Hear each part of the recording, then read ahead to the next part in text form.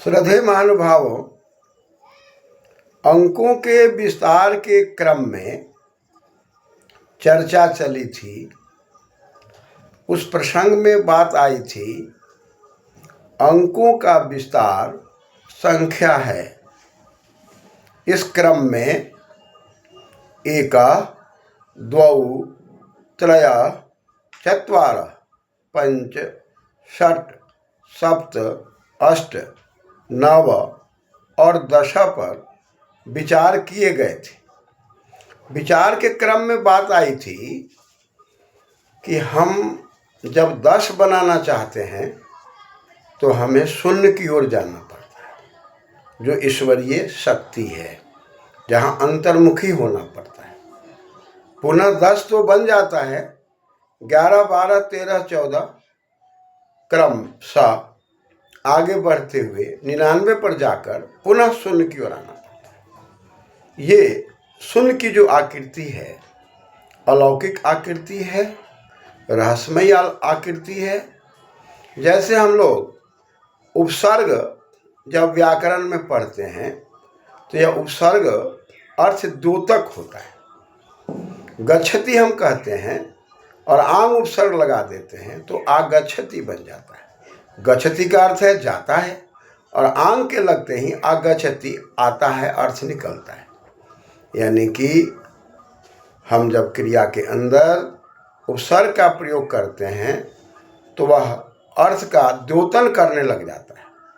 ठीक उसी प्रकार 1, 2, 3, 4 आदि पर जैसे जैसे शून्य की व्यवस्था से आगे बढ़ते हैं तो वह क्रमशः अंकों से संख्या की ओर विस्तृत होने लगता है। और इस क्रम में 1, 1, 2, फिर 3, फिर 4, ये क्रम आप सब जानते हैं।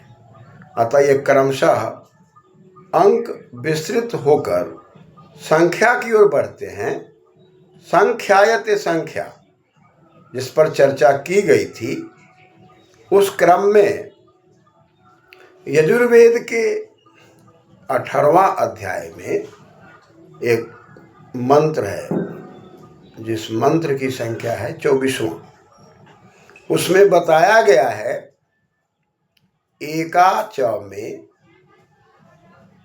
तिसरस च में, तिसरस च में, पंच च में, पंच च में, इसी क्रम में लगातार बढ़ते हुए अंत में आया है यज्जेना कल्पन्ताम।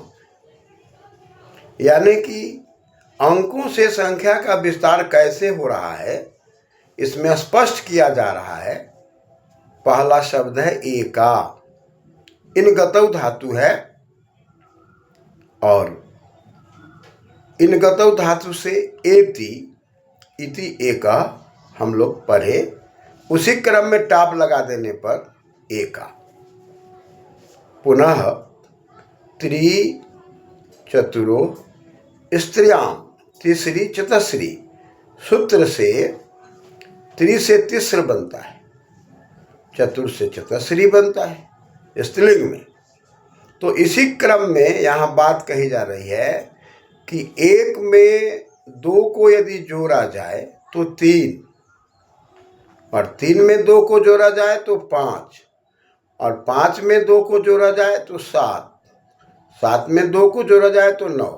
इसी क्रम में आगे बढ़ते हुए मंत्र के अंत में बताया यज्जेन, यज से यदि हम तृतीय भक्ति के टा करते हैं, टा को इन करते हैं, गुण करते हैं, तो यज्जेन बनता है।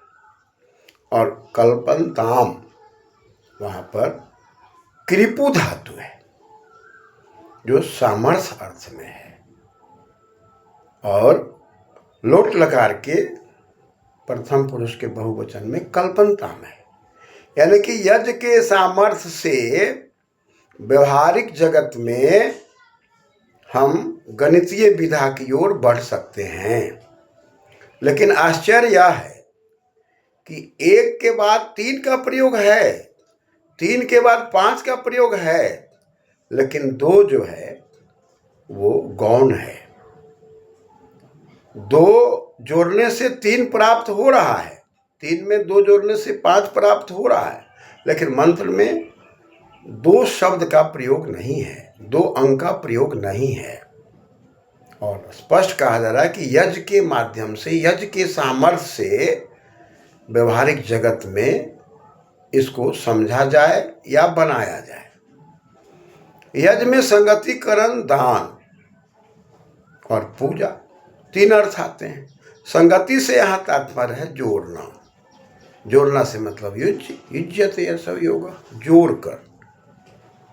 तो जोड़ जोड़ करके बनाया जा रहा है, 2 जोड़ करके क्रमशः ये जो बन रहे हैं इन पर हम विचार करें तो ये सब विषम संख्याएं बन रही है। अंकों का विस्तार जो हो रहा है, एक के क्रम में जो बढ़ता चला जा रहा है, वो यदि हम बीजगणितीय भाषा में विचार करें तो 2n+1 रूप का दिखाई पड़ता है, जिस n को हम प्राकृतिक संख्या कहते हैं। और n की जगह पर 1, 2, 3, 4 रखते चले जाएं तो क्रमशः वह आगे बढ़ते हुए 3, 5, 7, 9 ये विषम संख्याएं बन रही हैं। विषम संख्या पर यदि हम विचार करते हैं तो सबसे पहले हमें सम पर विचार करना होगा, और सम में सोत अनुकरणे धातु और डमु प्रत्यय से सम शब्द बना, यानी कि विस्तार, सेयति इति सम, जो विस्तृत हो रहा है, और उसमें भी उपसर्ग लगा हुआ है। और पुनः सम से अच प्रत्यय लग कर दें तो समः बनेगा, और भी उपसर्ग कर दें तो विषमः। विषमति इति विषमः, अर्थात न समः विषमः, जो सम नहीं है वो विषम है। विषम माने फूट है। तो इस क्रम में हम यदि विचार करते हैं तो क्रमशः 1 में 2 जोड़ दिए तो 3, 3 में 2 जोड़े 5, यह क्रम दिखाई पड़ता है। और ये विषम संख्याओं की ओर बात आ रही है। संगतिकरण यज्ञ के माध्यम से, यानी कि यज्ञ के जो अर्थ निकलते हैं, सामर्थ्य निकलते हैं कि भाई यज्ञ के सामर्थ्य से, यज्ञ का अर्थ है संगतिकरण, तो जोड़ करके। इसी प्रकार दान अदान का अर्थ निकलेगा घटा करके, वो आगे फिर हम लोग विचार करेंगे। इसी क्रम में ये संख्याओं का निर्माण हो रहा है। तो हम लोगों ने देखा कि विषम संख्याओं का निर्माण इसी वेद के मंत्र से प्रारंभ हो रहा है, जहाँ पर 2 को गौण रखा गया है। यह आश्चर्य है कि 2 गौण क्यों है। तो वह 2 जो है वह एक निर्देशक के रूप में है, वह अंतर की सत्ता के रूप में है। हम संसार के अंदर सूर्य, पृथ्वी, जल, अग्नि, वायु सब कुछ देख रहे हैं, समझ रहे हैं, लेकिन इसको बनाने वाला कौन है, इसको समझना कठिन हो रहा है। बिना योगाभ्यास की रीति से, बिना साधना की रीति से हम ईश्वर नहीं बढ़ पाते। ठीक उसी प्रकार से मंत्र में भी 2 दिखाई नहीं पड़ता, लेकिन 3, 5, 7, 9 पर चिंतन करने से उसके अंदर में 2 है। 2 के निहित होने से ही 3, 5, 7, 9, 11 की व्यवस्था दिखाई पड़ती है। या अंतर जगत से बाह्य जगत को समझने पर हम गणित की विधा में आगे जा सकते हैं। वही अंतर जगत शून्य है, शून्यति शून्यम, जहाँ पर अंतर रहस्य है, जो एक गोला आकृति में बनाकर गणितज्ञों ने वेद आदि शास्त्रों को समझकर हमें व्यवस्था देने का प्रयास किया था। और उसी व्यवस्था के तहत हम लोग गणितीय विधा में विषम संख्या का विस्तार अभी देख रहे हैं।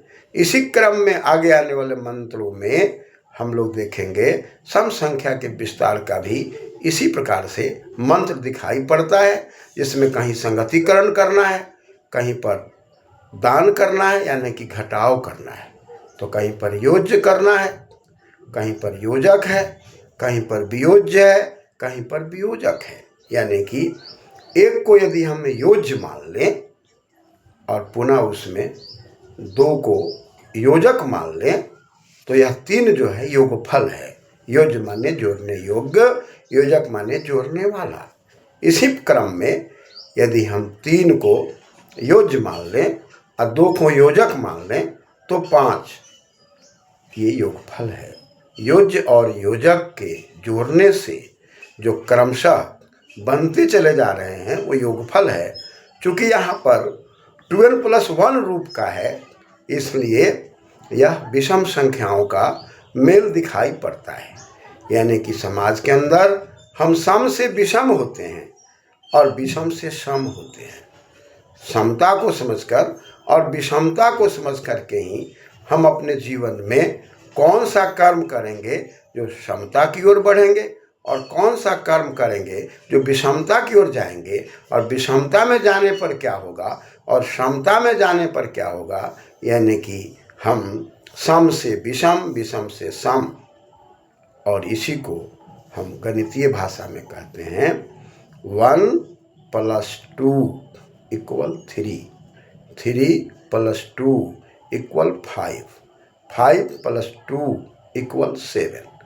ये अंग्रेजी भाषा की व्यवस्था में दिखाई पड़ती है, जिसको हम हिंदी में 1 + 2 = 3, 3 + 2 = 5।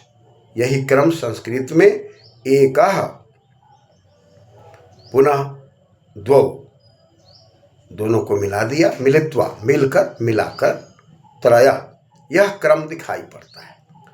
तो यह जो 1 की बात कही गई थी, ईश्वरीय ताकत, और उससे 2, 2 से फिर 3, 3 से फिर 5 की व्यवस्था, और उसमें 2 को गौण रखना, उसको निर्देशक के रूप में रखना, अंतर जगत में रखना, ये सिद्ध करता है कि द्विविधा का जगत है, और इस द्विविधा के जगत में फंस जाने के बाद व्यक्ति समता की ओर नहीं जा सकता। इसलिए उस द्विविधा के जगत को समझाने के लिए 2 निर्देशन का कार्य करता है। साथ ही साथ 2 में 2 जोड़ने पर 4 होता है और गुणा करने पर भी 4 होता है। बाकी और अंकों में और संख्याओं में इस प्रकार की व्यवस्था नहीं दिखाई पड़ती है। तो इसी क्रम में अंकों के विस्तार से संख्या बनाई जा रही है, और ये क्रम लगातार चल रहा है। यज्ञ के माध्यम से, संगतिकरण के माध्यम से हम इसको व्यवहारिक जगत में सामर्थ्य से लाते हैं। अतः यज्ञ का अर्थ एक तरफ जहाँ वायुमंडल को शुद्ध करना है, वहीं यज्ञ का दूसरा अर्थ संगतिकरण, योग है। जुड़ने से ही हम आप आगे बढ़ते हैं। इसी क्रम में पुनः विचार करेंगे। धन्यवाद।